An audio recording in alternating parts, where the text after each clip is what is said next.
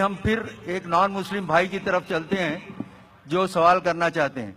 मेरा नाम संजय है और प्रोफेशन से मैं इंजीनियर हूँ। मेरा सवाल एक है, ये अपना हिंदुस्तान में जो है पहले हिंदुज्म आया, बाद में बुद्धिज्म आया, बाद में जैनिज्म आया और लास्ट में जाके सिखिज्म आया। ये सब में कभी भी ऐसा झगड़ा लफड़ा बिपड़ा कुछ भी नहीं हुआ। इधर से जितना भी आया, जैसा जूइश है, बाद में क्रिश्चियंस है, बाद में इस्लाम है, ये तीनों में 1400 साल होने के बाद भी अभी तक क्यों लड़ाई झगड़े हैं? पहला सवाल ये है। दूसरा सवाल, आप जो टेररिस्ट का जो भी कुछ डिफिनेशन दिए वो तो ठीक है, जान दे दो, मगर टेररिस्ट लोग इस्लाम को बदनाम करते। कुछ भी हो, आप उसके अगेंस्ट ये जो काम कर रहे हैं ये बहुत अच्छा है। दूसरी बात, ये अभी जो इराक में वो अच्छा काम नहीं किए, कोई भी हो, मुसलमान हो, हिंदू हो, रिलीजियस प्लेसेस को ऐसा नहीं करना चाहिए। जरा बराबर से सवाल। भाई साहब ने दो सवाल पूछा है। पहला सवाल पूछा है कि हिंदुस्तान में पहले हिंदू धर्म आया, हिंदुइज्म आया, फिर बुद्धिज्म आया, फिर जैनिज्म आया, फिर सिखिज्म आया। लफड़ा झगड़ा नहीं हुआ, लेकिन ये जुडाइज्म, क्रिश्चियनिटी, इस्लाम में हमेशा झगड़ा है। क्यों? आप शायद अपने मजहब के बारे में नहीं जानते। आपने महाभारत पढ़ी? महाभारत पढ़ी आपने? पूरी महाभारत में झगड़ा ही झगड़ा है।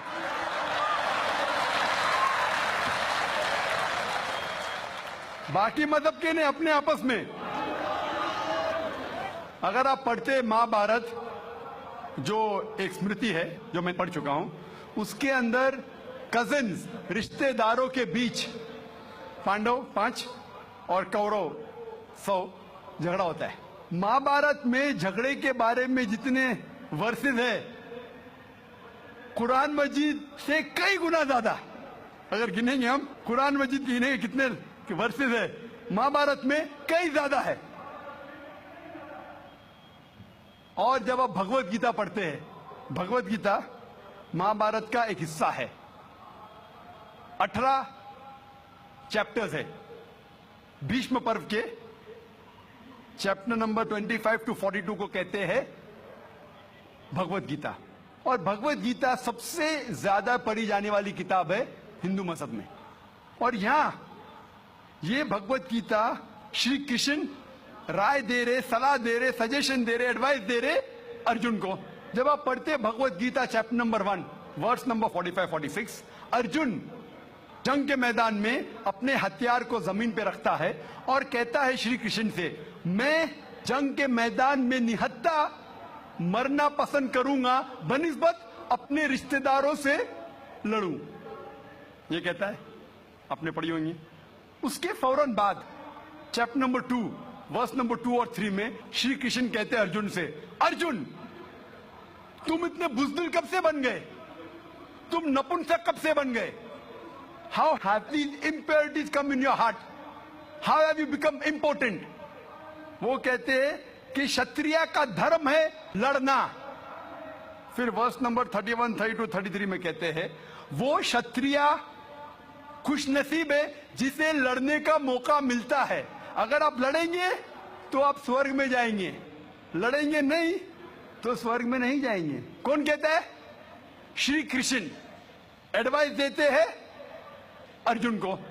अगर मैं कहूंगा कि आपके श्री कृष्ण कहते हैं कि रिश्तेदारों का कत्ल करो, ये शैतानी हरकत है। अगर मैं कहूंगा कि आपके हिंदू मजहब की किताब में सिखाया जाता है कि रिश्तेदारों का कत्ल करो, ये शैतानी हरकत है। वो हिंदू मुझसे कहता है लेकिन ये जंग है हक और बातिल के दरमियान। मैं बोला कुरान मजीद में भी वही लिखा है, हक और बातिल के दरमियान। मैं जानता हूं हिंदू मजहब में ये नहीं लिखा है कि रिश्तेदार कत्ल करो, लेकिन हक के लिए लड़ना भी पड़े, नो प्रॉब्लम। चाहे वो आपके रिश्तेदार हो, चाहे वो आपके वालिदैन हो, नो प्रॉब्लम। तो ये श्री कृष्ण कहते अर्जुन से। और जो क्रिटिक्स ऑफ इस्लाम उछालते मोहम्मद सल्लल्लाहु अलैहि वसल्लम की हदीस को, सही बुखारी की जिल्द नंबर 4 हदीस नंबर 46 किताब जिहाद में अल्लाह के रसूल कहते कि जो भी मुजाहिद जिहाद के लिए जाता है, अगर उसका कत्ल होता है तो वो जन्नत पे जाता है, अगर वो जिंदा वापस लौटता है तो उसे इस दुनिया का माल मिलता है। अक्सर क्रिटिक्स इंक्लूडिंग अरुण शूरी इस हदीस को उछालकर कहते कैसा मजहब है, लड़ने को कहता है, मर जाते लड़ाई में तो जन्नत मिलती है, वरना इस दुनिया की दौलत।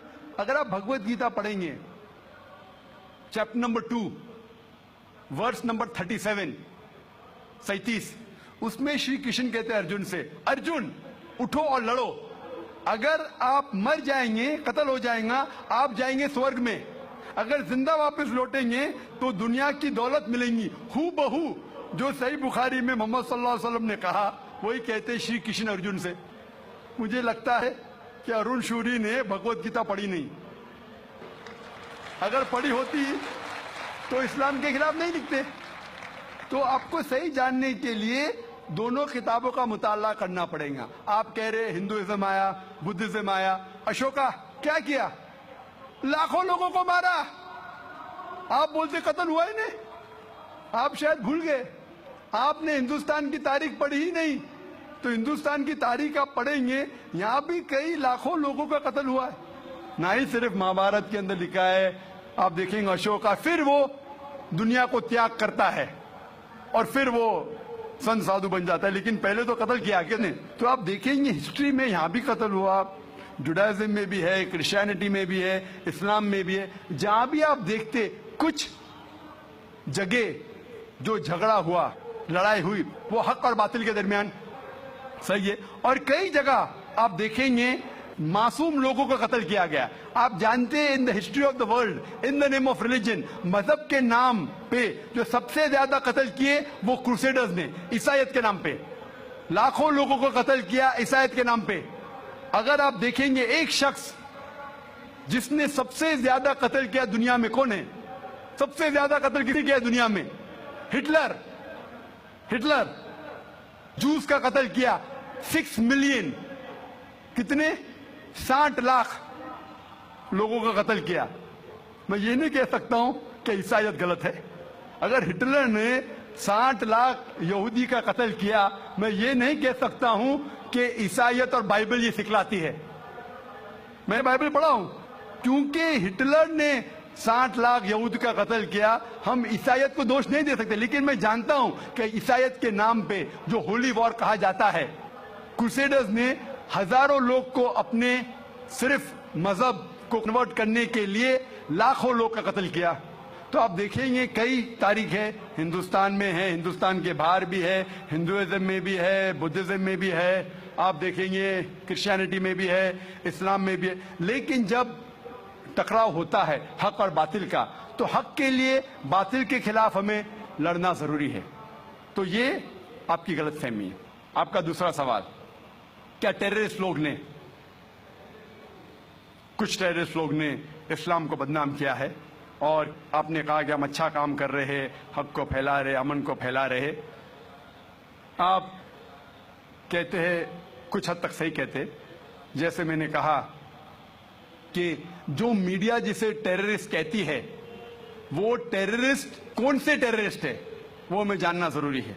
कौन से टाइप के टेररिस्ट है, कि वो जो लोग जो गलत काम कर रहे हैं उनके दिल में दहशत पैदा करे तो सही किस्म के टेररिस्ट है। जैसे भगत सिंह टेररिस्ट था लेकिन अच्छा था, उस तरीके से अगर कोई मुसलमान गलत लोगों के साथ लड़ रहे हैं हक के लिए तो सही है। लेकिन मैं ये भी जानता हूं कि there are black sheep in a community, कुछ मुसलमान सिर्फ नाम के लिए, और अक्सर लोग समझते, ना ही गैर मुस्लिम, मुसलमान भी समझते हैं, वो जिहाद क्या समझते हैं, अगर कोई भी मुस्लिम किसी वजह से लड़ रहा है, चाहे वो जाती फायदे के लिए हो, चाहे वो नाम के लिए हो, चाहे पैसा के लिए हो, चाहे जमीन के लिए, उसे कहते हैं जिहाद।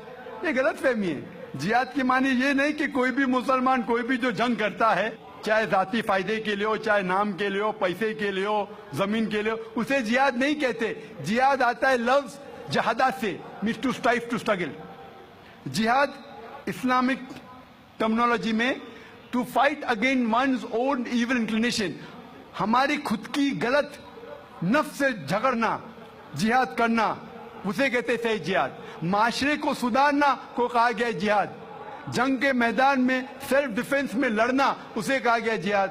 तो मीडिया इसे गलत फैला रही है। अगर आप जानना चाहते हैं कि सही में टेररिस्ट कौन है जो सही तौर पे मासूम लोग के दिल में दहशत पैदा कर रहा है? नंबर 1 टेररिस्ट आज की तारीख में, पुरानी बात छोड़ दीजिए, आज के तारीख में मासूम लोगों के दिल में दहशत पैदा कर रहा है, मेरे हिसाब से नंबर 1 टेररिस्ट है जॉर्ज बुश। आप जानते हैं कि सबसे ताकतवर मुल्क यूएसए, सबसे कमजोर मुल्क अफगानिस्तान पे बॉम्ब फेंक रहा है। ये क्या मर्दानगी है क्या? इसे मर्दानगी कहते? बॉम्ब फेंक रहा है ऊपर से, और हम देखते हैं किसके लिए इल्जाम लगाते बिन लादेन पे। मैं बिन लादेन का दोस्त नहीं हूं, मैं ये नहीं कहता हूं बिन लादेन अच्छा है क्या बुरा है। ओसामा बिन लादेन को मैं मिला नहीं हूं, मैं जानता भी नहीं हूं, तो ये मैं नहीं कहता हूं कि ओसामा बिन लादेन टेररिस्ट है क्या नहीं। लेकिन अगर मान भी लो, जितने प्रूफ है सब गलत है।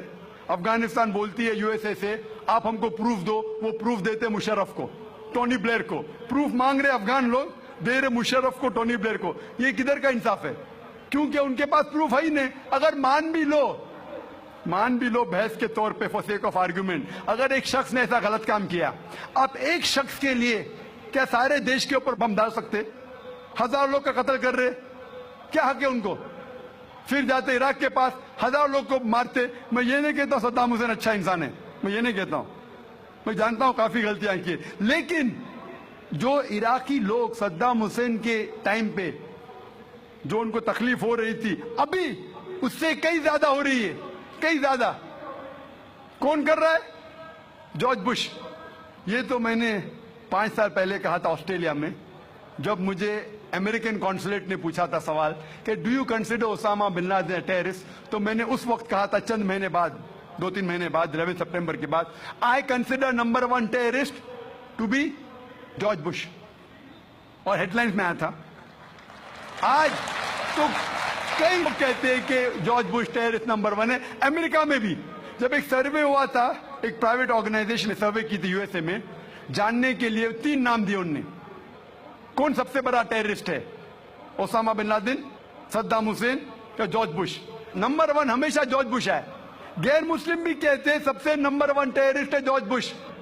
सबसे लोएस्ट परसेंटेज उसको मिला 73%, और कुछ लोग ने 78% लोग ने कहा कि टेररिस्ट नंबर 1 जॉर्ज बुश। अभी उन्हें पता लग रहा है 5 साल बाद, 6 साल बाद, मैं तो पहले कहा था। तो आप मुझसे पूछेंगे कि ये मीडिया ऐसे लोग को लेके उछाल रही है और मीडिया बदनाम कर रही, जो हालात हो रही है, कोई भी मजहबी, चाहे टेंपल हो, चाहे चर्च हो, चाहे मस्जिद हो, कुरान में लिखा है उसको डिस्ट्रॉय नहीं करना चाहिए। कोई भी, कुरान की आयत है, do not destroy temples, churches, places of worship, गलत है, तो कुरान में भी लिखा है। तो कोई भी शख्स ये करता है, टेंपल या मस्जिद या मोनेस्ट्रीज या सिनेगॉग्स को तोड़ता है, तो ये इंसानियत के खिलाफ है और कुरान मजीद के खिलाफ भी है। Hope that answers the question.